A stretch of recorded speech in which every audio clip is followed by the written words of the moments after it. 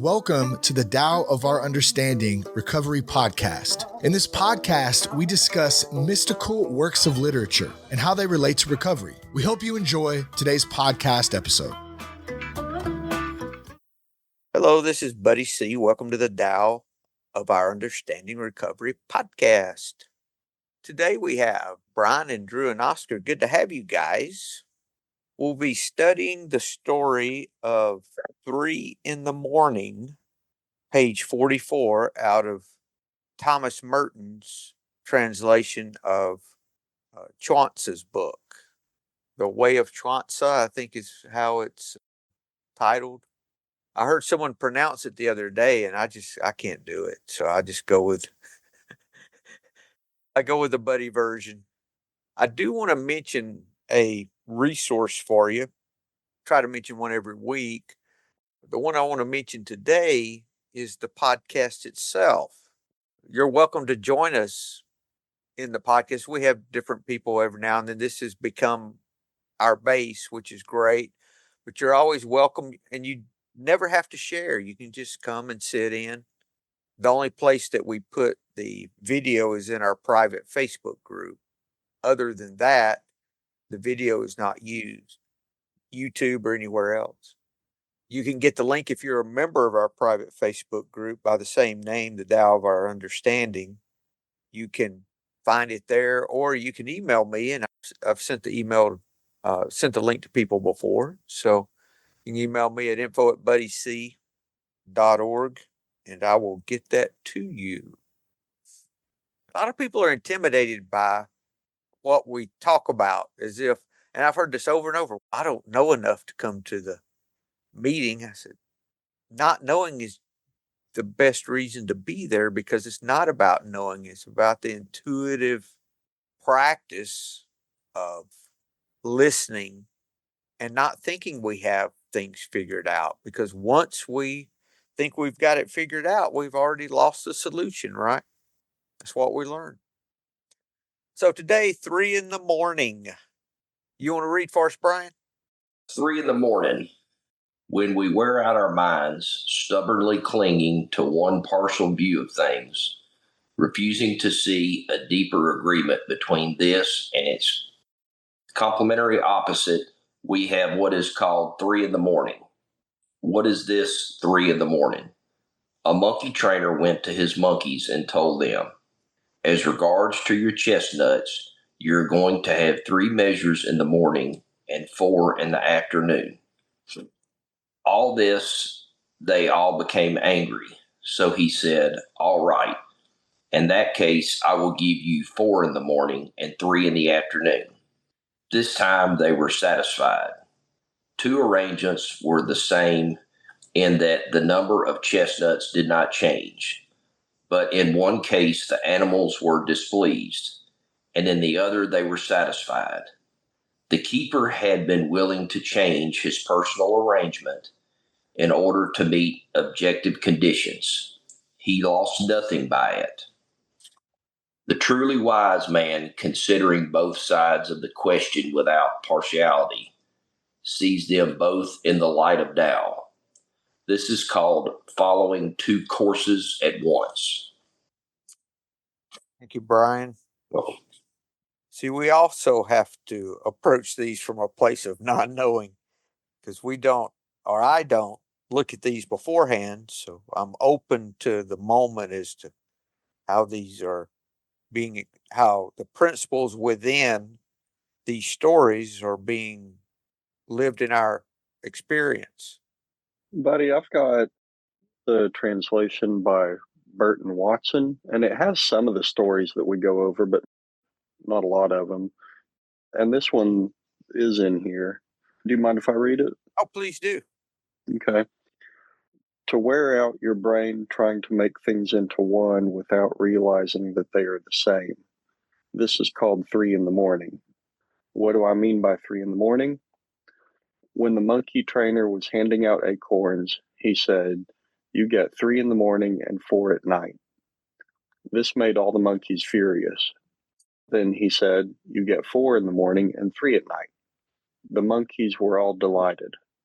There was no change in the reality behind the words, and yet the monkeys responded with joy and anger. Let them if they want. So the sage harmonizes with both right and wrong and rests in heaven the equalizer. This is called walking two roads. Can you reread that first paragraph? But to wear out your brain trying to make things into one without realizing that they are all the same. This is called 3 in the morning. It's back to that oneness that we don't realize. It's all the same. Okay. Look in that first little paragraph. Stubbornly clinging to one partial view of things, refusing to see a deeper agreement between this and its complementary opposite. We have what is called 3 in the morning. That could apply to so many things. What thoughts, what attitudes, what beliefs am I clinging to, stubbornly clinging to, and only having a partial view? So, what is it that I'm stubbornly clinging so that I'm not open to anything else? That's the question I could ask myself from this one. We talk about this often. Can I see this differently? If I think I have this figured out, I've already lost the solution, because thinking I know is the problem. Because when I think I know, I'm not open to anything else. And when I think I know, a lot of times I will accept a solution that is no different than what I already have. These monkeys did. They didn't get more. They was just rearranged such that they thought they were, or whatever reason they wanted more first and less later. They weren't getting more, so nothing really changed. Buddy, they sounded like a bunch of addicts. Yeah. Like they wanted it then and now and the way they wanted it, and to hell with everything else. They had it figured out what they needed, right? Yeah, they thought. Why didn't they ask for not only 4 in the morning, but 4 at night? They didn't even ask for more. So they are no addicts. They wanted more right then. So that Yeah, would be a little bit of that, but stupid addicts. Yeah. stubbornly clinging to what they thought was the solution.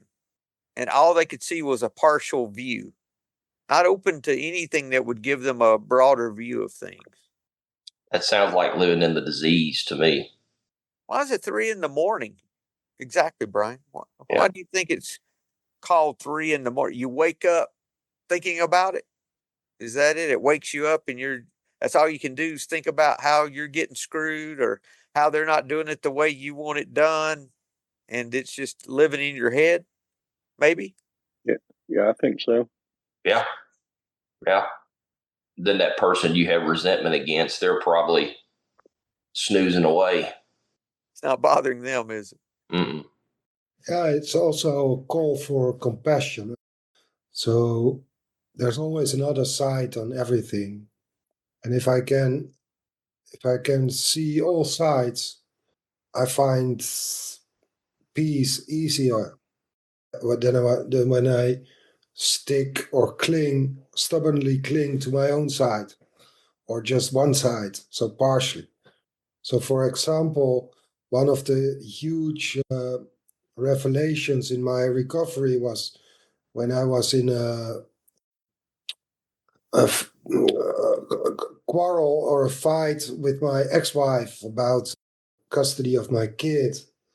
And I was in the beginning of recovery, and I called my sponsor about this, and I was angry. And he said, okay, read pages about acceptation. And then he started to talk about her side. And I was my mouth fell open. I never, ever looked at it from the other perspective. So it was really, oh, wow. So he learned me at that moment, he learned me two things. acceptation, acceptation, and compassion. And since then, I always try to look, okay, when I feel anger or I feel, how do you say this? Resentment. Yeah, resentment to somebody, or I always try to, okay, how do they look at this from their eyes, from their mind, from their lives? How do they see it? And only this makes me peaceful. So only by doing this brings in peace, whatever their perception might be. It's just making the picture fuller than only my own picture. It makes it complete, and it takes away the individuality from it. And I have to be right, and it's my, and it's this, and my. It's all so egoistic. And when it's no longer egoistic, it brings in peace. Thanks. Thank you, Oscar. A monkey trainer went to his monkeys and told them, as regards your chestnuts, you're going to have 3 measures in the morning and 4 in the afternoon. At this, they all became angry, so he said, all right, in that case, I'll give you 4 in the morning and 3 in the afternoon. This time they were satisfied.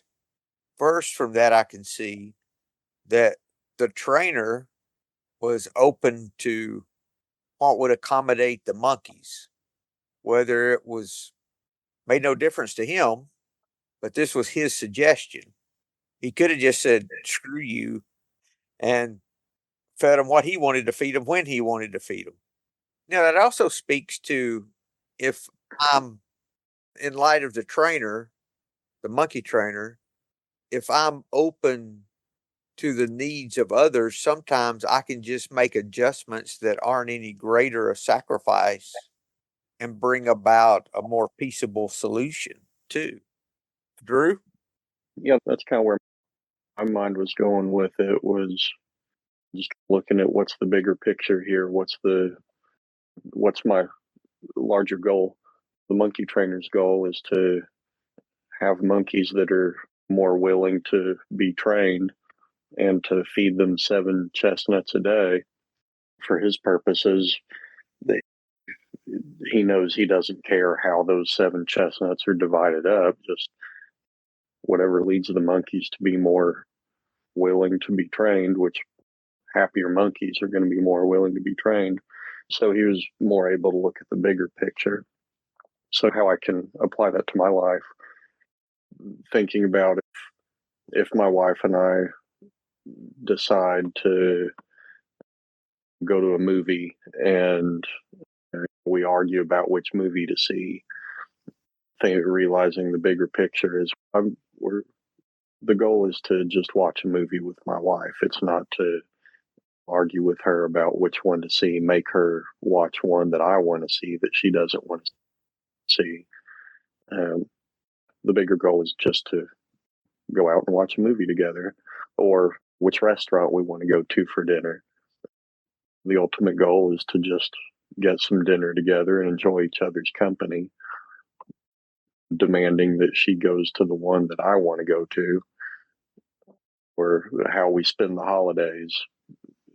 The ultimate goal is to just spend holidays together and see loved ones, and which exact days we do it doesn't really matter to me. If she wants to go see her parents on this day and my parents on that day, it's as long as the ultimate goal gets accomplished, then it's better for everybody. If I can yield, I know that's a big theme in the Tao Te Ching is yielding. I think that's what this is all about, is being the one who yields rather than the stiff dead tree being the young growing tree that's more likely to bend rather than break. But yeah, that's what I got out of this one. It's just staying in that place of yielding, looking at the bigger picture, of not forcing my way or the highway on everybody. Thank you, Drew. The open mindedness is by both parties too. They both benefited from open-mindedness. I had thought about, Drew, the fact that they were actual monkeys to be trained. I wasn't thinking about that, but you're right. The monkey trainer being open to this had a lot more repercussions than just the food, because he was training the monkeys. So they'll be more trainable if they're happier. Yeah, if I force my wife to go to a restaurant she doesn't want to go to, that's not going to be enjoyable for either of us. Yeah. I just learned when I was in relationships that I tried to just do what they want to do, listen to the music they want to listen to, eat where they want to eat. And I found out when I did that, I got to eat where I wanted to eat more often. Not on purpose. I wasn't manipulating them. It was just, we'll do whatever you want to do. And I, more times than not, no, last time we did what I want to do. What do you want to see? Where do you want to eat? That kind of a thing. Yeah, both parties benefited from being open-minded. So for whatever end of the spectrum you're in situations, being open-minded, seeing the other parties, try to see why the other party is asking this question. Yeah. The keeper had been willing to change his personal arrangement in order to meet objective conditions. He lost nothing by it. The truly wise man, considering both sides of the question without partiality, sees them both in the light of the Tao. This is called following two courses at once. So the two courses are both sides. So considers both sides of the question without partiality. That is, for me, that is so difficult. But that's what I try to do anytime. I think we talked about this in detail last week or week before. So if you didn't listen to that, I think it was the last podcast, I would go back and listen to the prior episode. A lot about, can I put my place in their shoes? Where am I with this? It was either the episode before or the one preceding it. I think it was last week. Anyway, without partiality. So we've got stubborn, clinging, only having a partial view, to considering both sides without partiality. Brian? Yeah, what I was just thinking about was before I came into ego, like I grew up here, and one of my dad's famous quotes was, "My way is always the right way." And then even his way was never even explained. And man, that just left me with a huge ego and really just a harsh way of going about things. And I was right. And even if I didn't think I was right, like, I would double down then. And just, and today, there's situations with my wife where I'm able to open my ears, shut my mouth, and listen. And then I feel like maybe I give a little, she gives a little, and then we both win. And then a few minutes later, I realized that, hell, this wasn't that big of a deal. And, or even worse, is when a few minutes later, I realized that I was wrong and this did work out. And so I had to make a few amends over the years. But fortunately, I'm a gentler and softer Brian nowadays. You big teddy bear now, Brian? Yeah. Actually, I got a quick story the other day. I told my wife about something that I was struggling with. She gave me a hug and rubbed my head and said, "It's okay if you're sensitive." And I told her, I said, "Just don't tell anybody." Don't tell anybody, Brian. Yeah. Don't mention it anywhere someone hear it. Yeah, just tell all your friends that Brian's a real hard ass. Yeah. That's all I Don't got. mention it on the podcast. Yeah, don't mention that. Yeah, bleep that out. Oh, That's what was going to say that's what I've told some friends that I've got emotional at meetings before and talking about my recovery. And afterwards, I always tell everybody, I'm like, look, no mention of Brian crying out of here. This, what's said here stays here. So, Yeah. Thanks. Thanks. Oscar? I have a question. Do you think the keeper of the monkeys and the truly wise man are the same, or is there a truly wise man on top of the keeper? I was thinking the wise man was the keeper, the trainer was what I was thinking. Automatically went there. We could have missed something though. Yeah, that was my thought as well. But I hadn't considered the other option Oscar mentioned. What are your thoughts, Oscar? Yeah. I don't know. I thought actually my English is not good enough to see if what it is, because I don't really see if the truly wise man, what he is doing, is that something else than the keeper is doing, or is Yeah. it the same thing? I think it's the same because the keeper is the one that in the story that practiced the Tao. So I think it's calling him the keeper that was willing to change his personal arrangement is what the wise man would do. He considered both sides without partiality so that some light could shine on what he could do. There's a kind of smartness in it of the keeper. Is a smart guy. And there's also saying he lost nothing by it.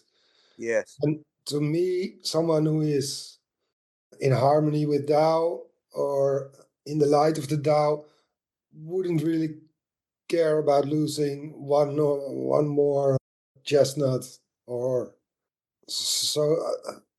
But It's but a kind of conflicting with this but manipulation keeper. I also see yeah, it.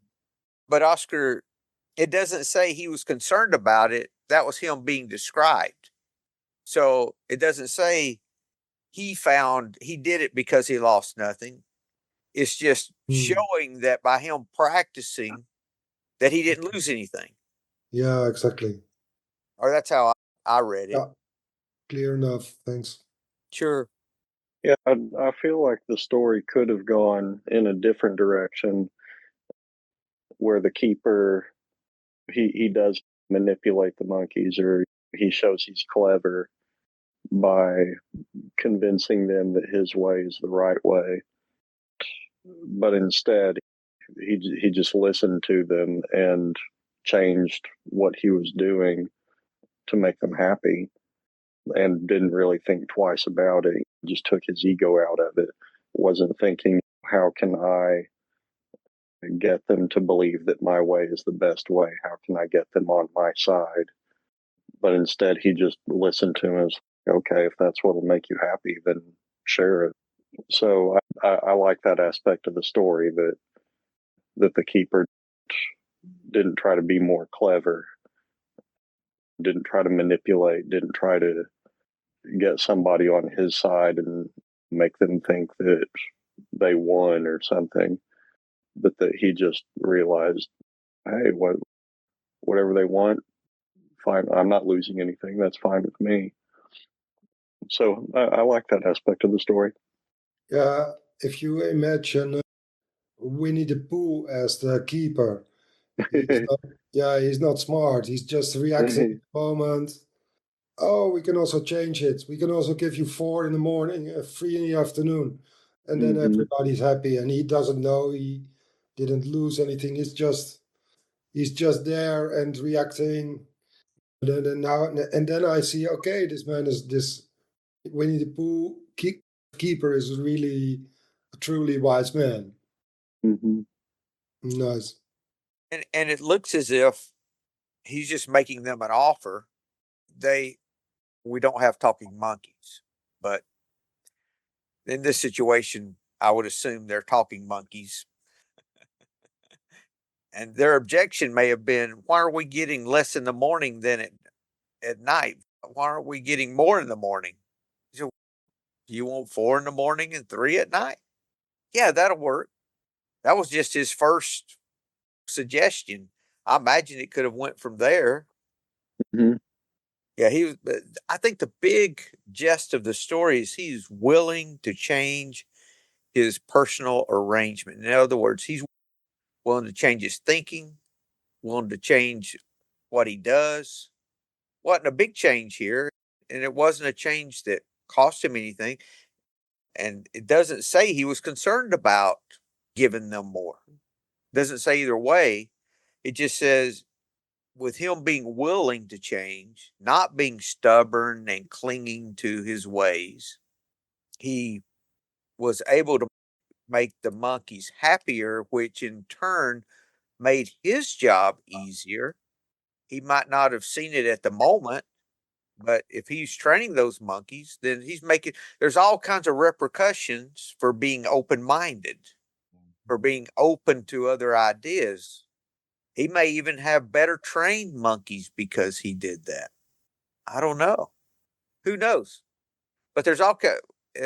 I think another takeaway would be when we are open minded and we are flexible, we really don't understand what waves that can cause, what down other benefits or other changes in life that one little open mindedness can contribute to. We never know when we're in a meeting, us being telling someone hello or making someone feel welcome if they're at their first meeting or coming back. We don't know what long term effects that can have. We don't know who's hurting when they're coming to me. Even people who are regulars, being sensitive. Maybe you want to leave right after the meeting and you decide to hang out and chat with some people or come early or whatever. I've heard in stories a lot of times that this particular person said something that changed their life or stuck a hand out and it changed their life. I have a personal experience of that I just thought of. I gave a guy came this in my home group. I used to, if somebody looked like they were serious and they were like at their first meeting, I'd give them one of my business cards and say, "Hey, if you ever need to chat or need more information, give me a call." This guy showed up at a meeting. He said, I came to a meeting, I think he said either 2 or 3 years ago. And Buddy gave me his card. And it's been sitting, I've been staring at it on my desk while I drank all this time. And that was an interesting story. I'll tell it real quick. We got some, a little bit of time. One of those synchronicity stories. I had a sponsee I met with. This was a meeting I didn't go to often. I went maybe four, maybe 3, 4, 5 times a month. It was a 6-day a week noon meeting. And I usually met with a sponsee that day in a neighboring town, but he wanted to come to the town where I went to meetings. I said, okay, so we'll just go to the noon meeting there. After the meeting, this guy said, hey, Buddy gave me his card. I say 2 years ago. And I've been staring at it, drinking all this time, and I'm ready to get sober. And I stayed after the meeting, talked to him. I said, how many meetings did you go to before? He said, one meeting. And I was sitting in the same place, which I didn't know. I sat there a good bit, but not all the time. And so I was sitting in the same chair. And I said, so how many meetings did you come to at first? He said, one. I said, how many this time? He said, one. This is a meeting I try to avoid when I can. It's not really a great meeting. So I said, wow. I said, maybe you should go buy a lottery ticket today. But he became a sponsee and he's sober today.